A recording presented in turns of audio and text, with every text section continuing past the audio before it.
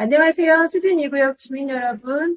오늘은 22대 총선 더불어민주당 수정구 후보로 확정되신 김태년 의원님 모시고 간단히 말씀 나누는 시간 만들어 보았습니다. 안녕하세요, 의원님. 안녕하세요. 네. 간단히 우리 수진 2구역 주민들께 인사 말씀 부탁드립니다. 예, 주민 여러분 안녕하세요. 더불어민주당의 김태년입니다. 늘 저 아껴주시고 사랑해 주셔서 감사합니다. 그리고 또 일할 기회도 주셔서 감사합니다. 우리 주민들께서 저에게 주신 기대와 승원에 어긋나지 않도록 늘 삼가하면서 또 김장하면서 그렇게 일을 해 왔습니다.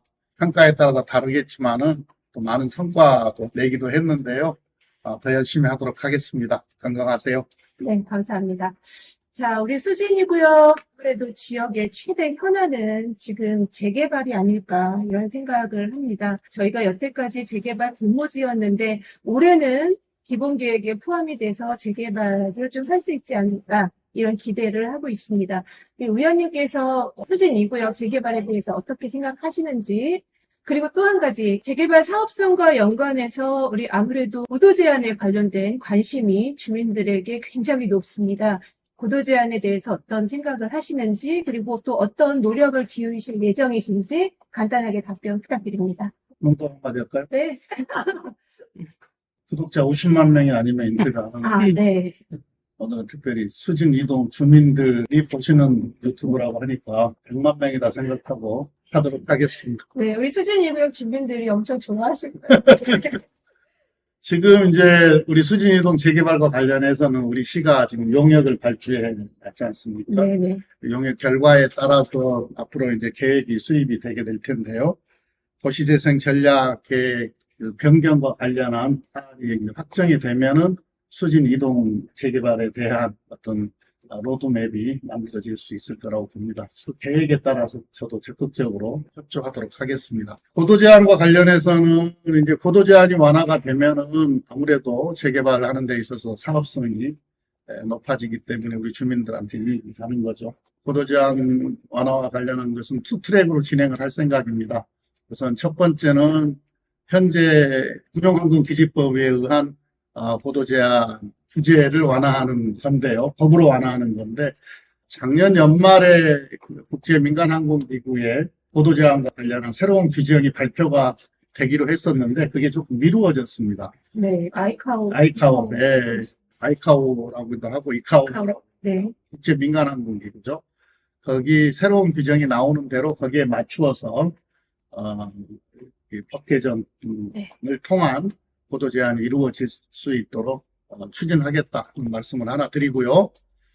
두 번째로는 이제 근본적으로는 우리 서울공항을 이전할 때가 되었습니다. 지금까지는 국가 문제 때문에 이 이슈를 제기를 안 했었는데요. 서울공항을 이전하더라도 우리가 안보를 지키는 데 있어서 전혀 문제가 없다라는 결론에 이르렀습니다. 네. 유사시 전략기지로서의 기능이 북한 무기의 어떤 고도화 문제랄지 또 롯데타워가 세워짐으로써 여러 가지 그 기능이 상실됐다라고 하는 것이 저의 판단이고요. 오히려 서울공항을 이전함으로써 우리 미래 첨단 산업, 핵심 산업에 대한 여러 가지 계획들을 풍부하게 만들어서 대한민국의 미래 먹거리를 창출할 수 있을 것이다. 이렇게 봅니다. 판교 테크노밸리가 1, 2밸리 합쳐서 지금 매출이 168조인데요. 안 하는 게 없습니다. IT, BT, CT, MT, 그리고 이제 이후에 또 AI, 그리고 시스템 반도체의 템리스, 이게 다 이제 어떻게 보면은 혁신 성장의 다 중심적인 사업들 아니겠습니까? 미래 먹거리 산업들이죠. 그런데 울산 미포 산업단지라고 있습니다. 거기는 초선, 자동차, 화학이 다 들어가 있는데 거기는 한 1,440만 평 정도 되는데 훨씬 큰 두 곳의 총 생산액이 150조 정도 되는 거거든요. 네. 그것도 큰 규모죠. 예. 근데 판교에서 168조. 168조. 엄청나네요. 엄청난 거죠.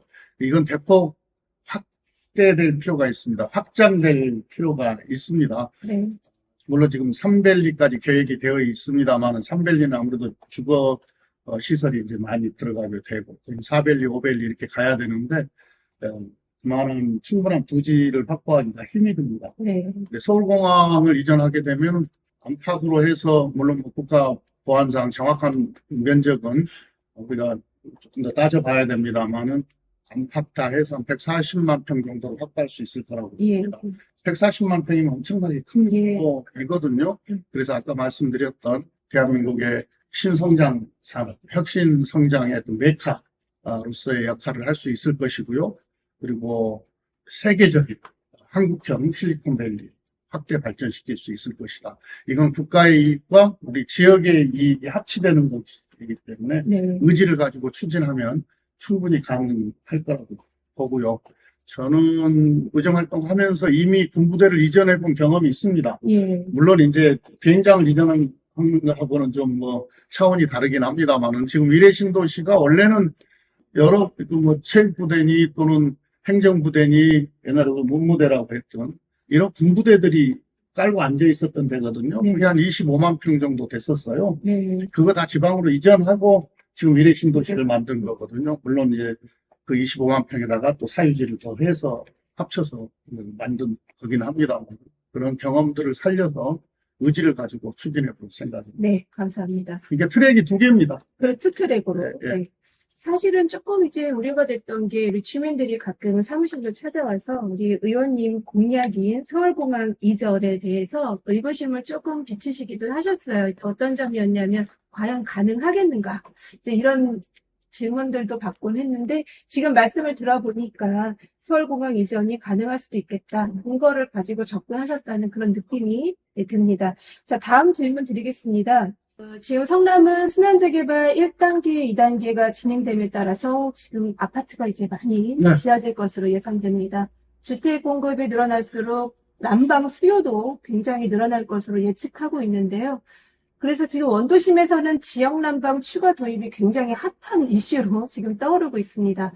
의원님께서 지역 난방 도입에 대한 어떤 생각을 하시는지 혹시 또 대안이 있으신지 간단히 설명해 네. 주시면 감사하겠습니다.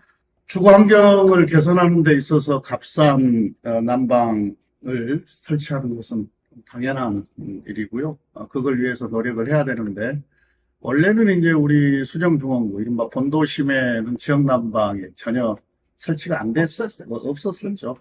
그걸 이제 제가 역할을 해서 2007년도에 네. 우리 수진 이동의 3부 아파트에 기존에 있던 아파트에다가 잔을 새로 끌고 와서 지역난방 공급한 일이 있습니다. 그때부터 이제 우리 수정중원구에도 지역난방이 공급되기 시작을 했는데요. 그리고 이제 대규모 재건축 재개발이 이루어지니까 추가적으로 어떤 지역난방 공급이 필요하다 싶어서 근데 이제 비용 부담이 많잖아요. 예. 그래서 어떤 중앙정부나 지방정부가 비용의 일부를 지원할 수 있는 근거법을 2015년도에 만들었어요. 도시민 주거환경 정비법을 개정을 해서 제가 대표 발의를 해서 만들었는데 그래서 우리 성남시도 이른바 지역난방과 관련한 기금을 지금 운영하고 있지 않습니까? 그럼 이제 문제는 이게 충분하게 이 지역난방을 공급할 수 있는 시설이 있느냐, 용량이 되느냐 하는 문제 아니겠습니까? 이제 방법은 기존의 지역난방에 하고 있는 곳에서 끌어오는 방식이 하나가 있을 거고 또 하나는 이제 새로 신설을 하는 방식이 있겠죠. 우선적으로는 지금 이제 분당에도 지역난방을 하고 있고 그다음에 미래에도 지금 하나가 있는데 여기 용량 계산을 다 파악을 해봐야 됩니다.